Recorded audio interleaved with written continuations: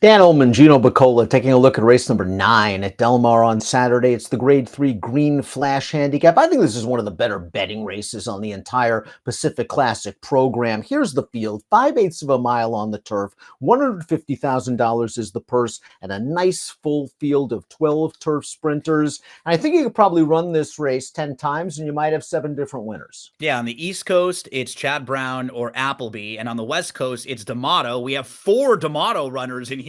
All of them are live. I mean, and for different reasons, too. So, really competitive race. It seems like the pace should be very honest. These is turf sprints, horses that get in some trouble and in some traffic, that could really impact their opportunity to win the race. So, yeah, this is a really good late exotic race in the multis, too, because you don't feel like you can just single in on one horse. I was really impressed with the card on Saturday, top to bottom at Del Mar, Dan. It was a really good one. Oh, absolutely. We throw up our Timeform US pace projector for this race. I'm a bit surprised it's not a red bar fast pace Yeah. situation because you have plenty of quick horses. When Fast Buck breaks, he's wicked fast. Sassy Nature showed them her heels last time out. Mo Gold, maybe turning back to 5, won't show as much speed, but there are others in here. Noble Reflection was a runoff going a mile. I'm expecting an honest pace. Yeah, even Unconquerable Keen has shown good Mm. speed and wants to be really close pushing it. Connie Swingle can sit, but she doesn't want to be too far out of it. So I agree with you. I think they will be going pretty quick. And some of it has to deal with, too, where these horses draw in the race. I think the fact that we have 3 horses drawn down to the inside that are all pretty quick, they all feel like they're going to have to go to at least secure nice position. So I'm playing this race like it's going to be pretty quick early on. Fast Pace benefits last year's winner, the 10 Motorious, as well as the 11 Johnny Padres. Note the LP flag. Johnny Padres has the fastest Timeform US late pace rating. Let's kick things off with the number 1 Fast Buck, who showed his mettle as a turf sprinter going down the hill in 2023, wiring them in the Daytona. The Green Flash, though, didn't work out when cut back to 5 furlongs, but I thought his last race was a little bit better than it looks. It was his first start off of almost a year layoff. He didn't break as sharp as he usually does, and he still was only beaten 2 lengths. And it was the first time he's actually showed us that he can pass horses too. Because coming into that, he was completely one-dimensional and only a horse who we've seen right on the lead be successful. So now we know that he can actually, pass some horses. But I always feel like when a speed horse misses the break, that next time they really are focused on getting to the front end. And I think that's going to be the case with them in here. I think with the inside draw, they're going to be very intent on him getting the lead. He's still a lightly raced 6-year-old Calbred, though, and he'll make his second start off an 11-month break. So I wouldn't be shocked to see him run better in here. I'm just worried with a lot of speed to his outside if he'll get the setup he needs. The 2 Mo Gold, you could say, has been unbeaten since February of 2022. He's only raced twice during that streak, including this victory, a maiden win back in 2022, going 3/4 of a mile on turf. And he went right to the lead in this race. He beat 3 other next out winners, and he just looked like a horse with a tremendous amount of promise. And obviously something went wrong from a physical standpoint because he was away for a long, long time. And Jeff Bondy did a great job. A little time, love, and tenderness worked out. The score scored on dirt last time in a first level allowance at Santa Rosa. I wonder if the 5, though, is sharp for him. Yeah, and I don't really have knocks on him overall. I'm just worried about the speed on both sides of him. And then he's coming back in 20 days after the year and a half layoff. So unless he just got nothing, unless that race took nothing out of him, he probably will. I would have expected him to need a little bit more time coming off of that effort after the long layoff. So a few knocks there, but it's tough to knock his overall form. He hasn't done much wrong. It's just a really tough spot for him and a race shape that I don't think will be to his liking. Sassy Nature, the number 3, bested 3 of these last time out when taking on the boys, and it was a good effort considering it was her first start off about a 7.5-month layoff. She simply loves Del Mar and 5 furlongs. I wonder if she's the kind of filly that is at her best when she gets everything her own way. I realize these fractions are solid, but she was so loose that they had a whale of a time catching her, and they couldn't. Yeah, and we were pointing out that was also the race where Buck missed the break early on. So did that help her a little bit with another one of the speed horses not pushing her early? You can't knock what she does when she gets the lead, when she clears, she has the ability to run a race certainly good enough to win this. So if you turn for home and you don't have her on your exotic, she's going to be a scary horse that you left off. But I do think this is a tougher field with a lot of other early speed. So she's going to really have to work for it here. Daniel's Magic ran his Daniel's Magic race last time out, when second behind the filly Sassy Nature. It was another good effort for a gelding that has shown that maybe he's a cut below the graded stakes ranks. He does make hay in the high level allowance conditions, but I thought that last race was promising enough, and he does do good work at Del Mar. Yeah, coming off of a good effort, actually has back-to-back really nice efforts for him. But when looking through his races, the 5 times in stakes races and turf sprints, he's never hit the board. So I think you can maybe make excuses for 1 or 2 of those, but I'm not sure if he's quite at this class level in a big field like this that's really competitive. The 5-star racer is a stakes winner on the synthetic surface at Golden Gate Fields. Here is his most recent effort. This is back in late May, going 3/4 of a mile at Golden Gate. Settled just off of the pace, is going to come with a run to finish second behind a sharp horse. He does have figures on synthetic, but I do wonder if maybe he's just better on the all-weather than he is on the turf. Yeah, you see him not far behind Lamas, and Lamas is a grade 3 winner who's a legitimate horse, but it comes down to surface for me. As you were pointing out, you look at his overall record on the grass and you start to just watch some of those races on the grass. He just seems like a better horse on the synthetic. So the connections take a swing in here. They take a shot and see if he can get stakes placed, but he, to me, just seems a cut below this group. I wonder if Noble Reflection is a little bit of a tweener, where 5/8 could be too sharp and the mile last time out was too far, although he never got a fair chance in that race. He was involved into the most wicked pace battle imaginable with another long shot, and they both paid the price badly. If you just want to throw that race out and say it was also his first start off the layoff, he probably gained a lot of fitness from that effort, and some of his prior sprints are good.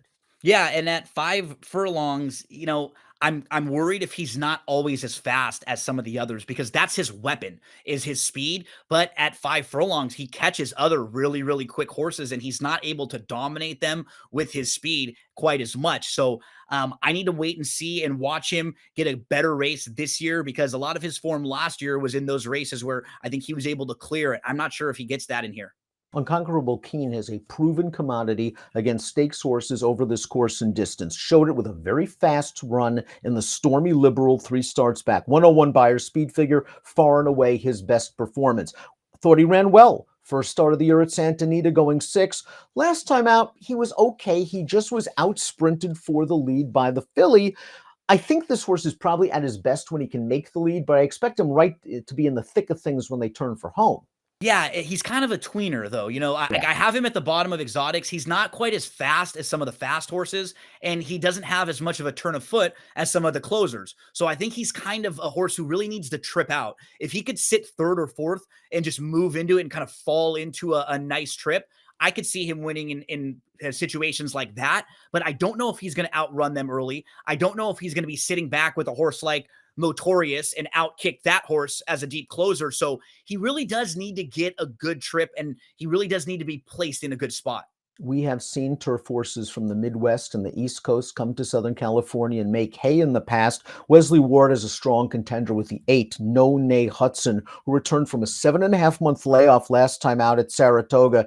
And I think the break cost this horse, because he likes to be close to the pace. He got bounced around and then he got wired, which has to be a real kick in the teeth for Wesley Ward, knowing that this horse could have been closer. Only getting beat a length in that race, he should be primed in his second start of the year. Yeah, with the roundabout trip right after the slow start, and then he had to go widest of all, chasing Super Quest, who nobody passed that day.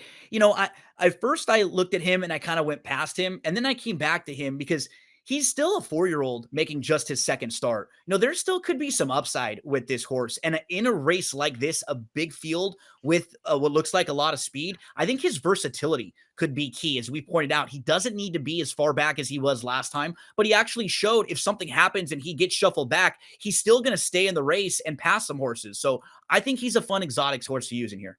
And he's repeating the second off the layoff pattern that worked in his second start of 2023 when he won the William Walker at Churchill Downs. Connie Swingle is a Calbred mare, but she is a very talented and coming into this race in career form. What a job D'Amato did with her. Almost a 2-year layoff. They bring her back in the Daisy Cutter, and she sat a nice pocket trip. She gets to the outside in the stretch, but she shows that D'Amato really had the screws tight. She runs right by this horse, career best 99 Beyer speed figure. Yes, it was a good trip, but with her tactical speed, she gets good trips. Yeah, and the positives with a horse like her, a lot of times when I see a horse that has a really big speed figure, my first inclination is to want to play against them the next time, right? Maybe think that they won't be able to reproduce that.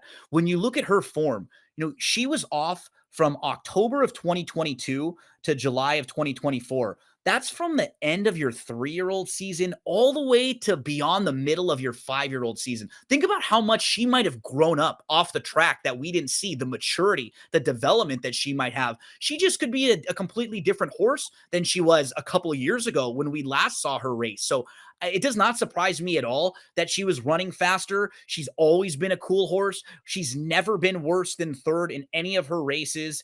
And in the one race when she was well defeated, I think if you eliminate that, everything else has been like nothing short of awesome. She's a hard horse to leave out of exotics, and she's one that I think is the horse to beat in here, no doubt about it. And this homebred was a stakes winner at 2, a stakes winner at 3, could easily have been retired and bred and been a nice broodmare addition somewhere. They had faith that she could still run, and she sure showed it last time. Matorius won this race last year, and not only did he win it, he won it in such impressive fashion, rallying from off the pace to win going away. And it was so impressive that he was favored in the Breeders' Cup Turf Sprint, and I thought he ran very well with a tough trip in that race to be a close 5th.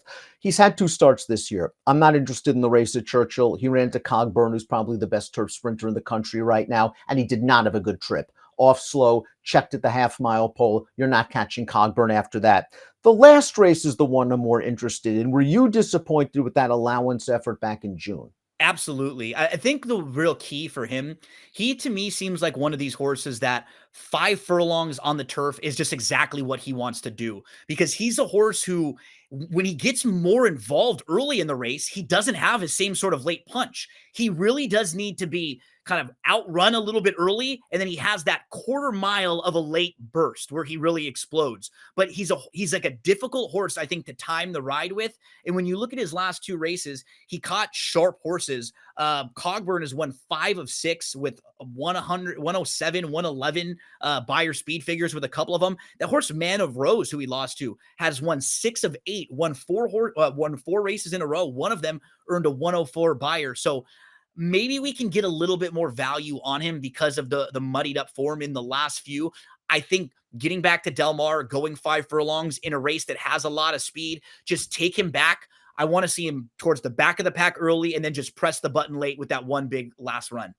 Number 11, Johnny Padres, is a late-kicking Calbred that's usually at the mercy of pace and race luck. Let's take a look at his most recent start. This is a high-level allowance race going 5/8 of a mile, and he's just so far back. He has no chance to run them down. It's a nice late kick, but it's also worth noting that the winner of this race was 42-1. I like him against Calbred competition. I don't mind him against open-listed stakes horses. We'll see what we get against graded stakes company, because he was flying at the end of that race. Yeah, and while he has won at 5 furlongs, I do think the 6.5 layout down the hill fits him a little bit better with his running style. It just gives him a little bit more time to get into it. So I'm not sure with the way that his running style is against a group like this, which is pretty tough. A couple knocks against him, but I think you'll be pretty rewarded with him. He's going to be a big price. And those fractions were not necessarily fast that he had to run into. They go 23 for the first quarter, going 5/8 at Del Mar. That's slow. It works against closers. For the 11, Johnny Padres. The 12 in here is Turn on the Jets. And Turn on the Jets and Matorius worked in company the other day, and I thought Turn on the Jets did some good things. They worked heads up. He really seemed to get the better of Matorius on the gallop out, and while he finished behind Matorius in that recent allowance race, he had the ready-made excuse in that he hadn't run in 6 months, so it was probably just a jumping off point. That being said, he's been beaten by several of these horses in the past, and I'm just not sure what kind of trip he works out from the far outside. Yeah, that's what hurts him in this spot, because if this is a field that's evenly matched, is he going to be on the edges with the trip that he gets? When you need some sort of small advantage against a group when you're all evenly matched, he might be a horse who gets the worst of it with that outside trip. Now, at 5 furlongs, he's really solid. And he's Yeah. pretty versatile at 5 furlongs. If he doesn't get parked out wide, I do like him at the level. He's another one who ran into Man of Rose last time out, Forbidden Kingdom, who's a really fast horse, 2 starts back. And I do like the fact that he raced on June 16th. Coming out of that race, we saw him return to work just 2 weeks later on June 30th, and then it's been steady on the work tab since then. So I think, as you pointed out, this may have been the big game plan all along, point for this race, and let's see if we can get there. Let's take a look at our top picks for the Green Flash. Should be an excellent betting race.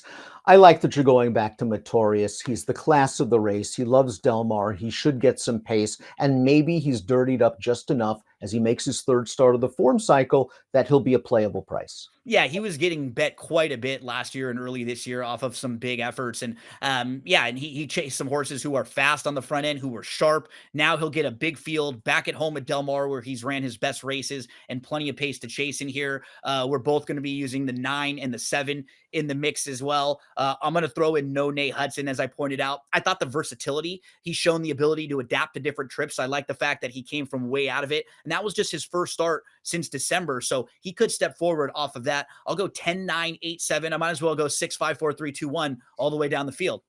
I'm a little worried that Connie Swingle's a bit dressed up off the perfect trip win against Fillies and Mares last time out, but she did it off such a lengthy layoff. That, to me, gives her a few more points in my book. Unconquerable Keen likes Del Mar. The big 101 buyer in the Stormy Liberal has her on the list for me.